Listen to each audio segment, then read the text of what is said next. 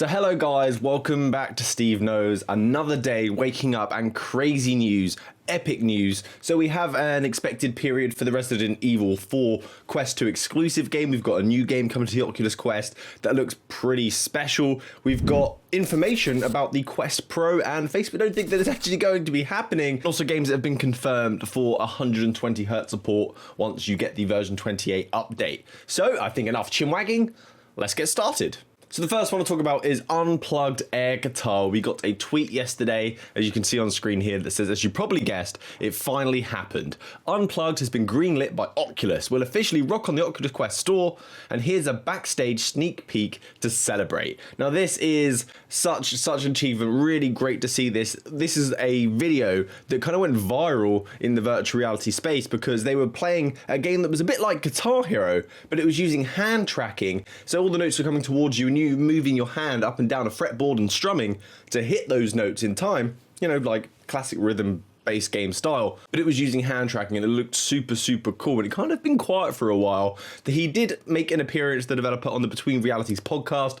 Really great episode to show kind of his vision of what the game's to be like, and we now see that in Q3 2021 this is going to be coming to the Oculus Quest. And not only that, a new developer has been hired for this game to work on it, and they were an ex-Guitar Hero designer. I loved Guitar Hero so much. Got the drum kit and the guitars over there in the corner.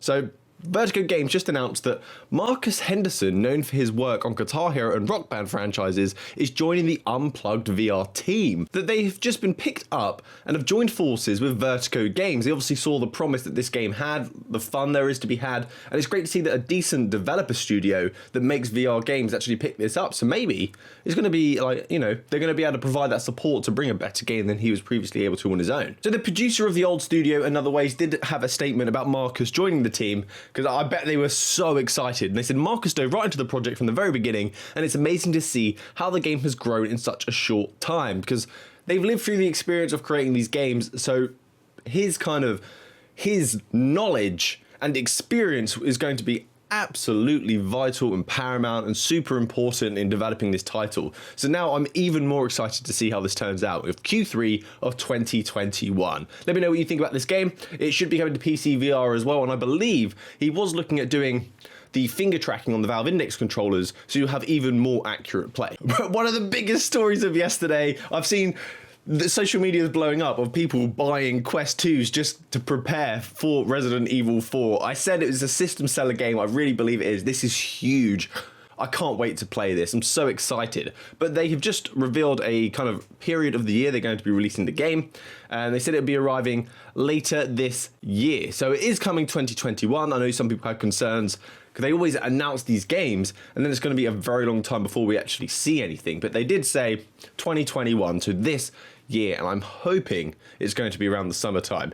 Probably, most likely around the Halloween period, because it's kind of a creepy game. That would make sense. And it's a system seller title, so if it's near the end of the year, they're probably going to sell a lot more units around Christmas time because of it. And just so some of you are aware, because I did get questions on the previous video about people worrying that this was going to be like a static on-rail shooter with a Resident Evil skin, but no, it's a full port of the old game, reimagined for virtual reality.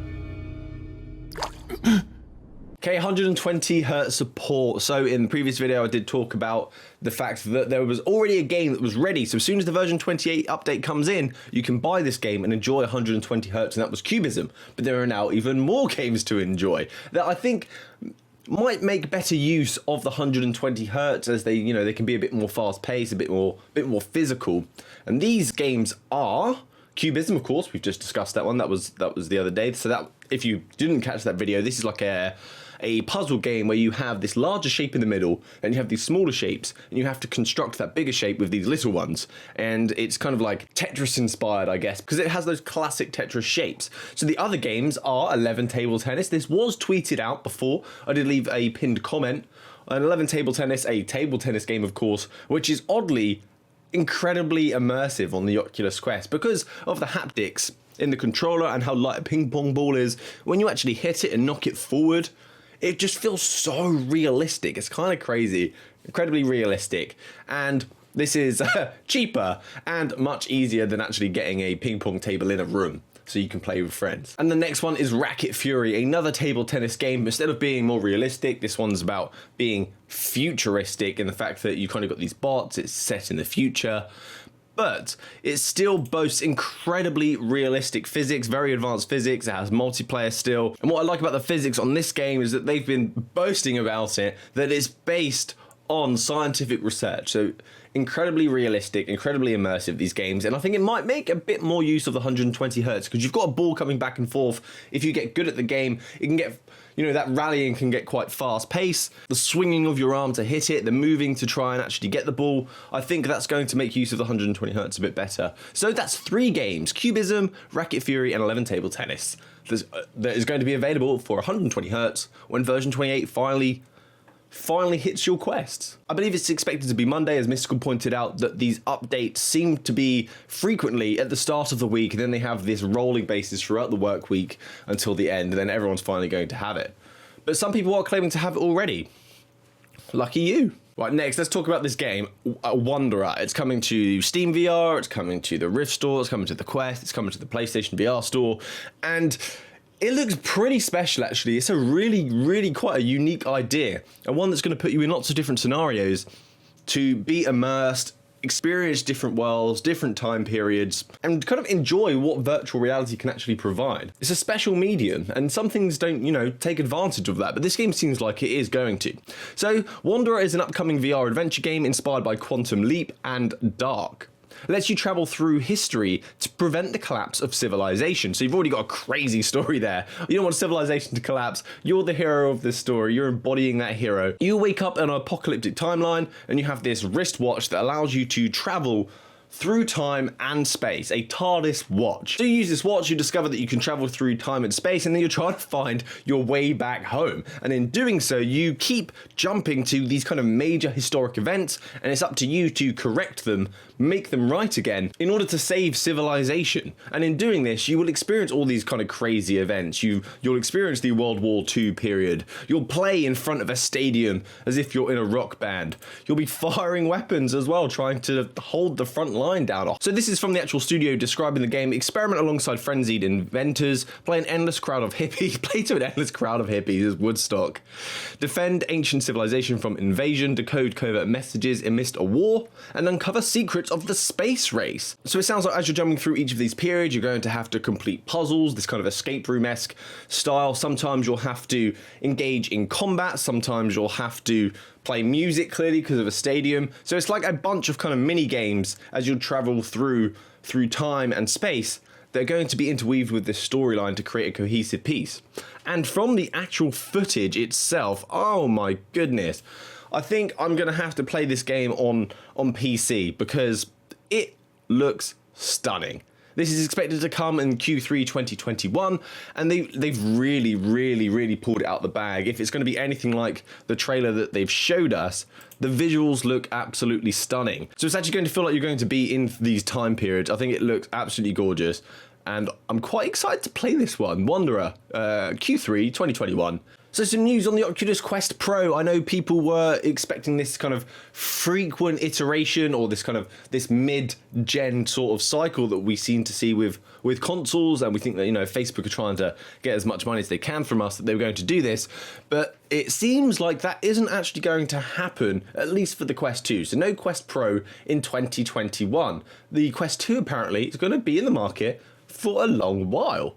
We do have speculation, though, that it's going to be kind of like a 2-year cycle. Every couple of years, then we'll get another headset. Since it's mobile hardware, and it's always frequently being updated like we see with mobile phones, the kind of prediction that we've been discussing amongst our friends is that it's going to be the same thing with the Oculus Quest. So John Carmack is kind of the staple technician of Oculus, and we've got Andrew Bosworth, who's the VP of Facebook Reality Labs, and they were giving their thoughts on what's to come for the Oculus Quest and what they think about the Quest 2 exclusive. So Carmack said, I'm supportive of the Quest 2 only exclusive, but I think that if a developer is doing something to, you know, make money, there's still a pretty substantial market. There's a Quest 1 user base. So he's basically saying, you know, if people want to make money on the Oculus Quest, that's their kind of goal as a developer, rather than to push out and squeeze what they can to make the most incredible game on mobile hardware, then support for Quest 1 users is still going to be there. Because in doing that, you're going to unlock a much larger user base. 7 figures of additional users, that's millions of people to potentially buy your software.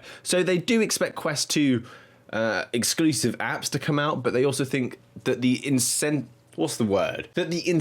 is still there for developers to support both headsets. And then Bosworth finally ended on people are asking about the Quest 3, which doesn't yet exist. And everyone who's listening to us, who is a reporter, there isn't a Quest 3. We're saying it, there's no Quest 3. We're saying it, there is no Quest 3. Although the Zuck came out and said that they were researching stuff on their next headset already, but perhaps they've just not confirmed, right, this is what the Quest 3 is going to look like. They're just experimenting still. But I did hint at an AMA earlier this year about the Quest Pro, but we do have a lot of things in development where we want to introduce new functionality to the headset alongside the kinds of people that theorize that we would want to introduce. So there we go. That's kind of hinting, things that we've been speculating that they want to add to the Oculus Quest.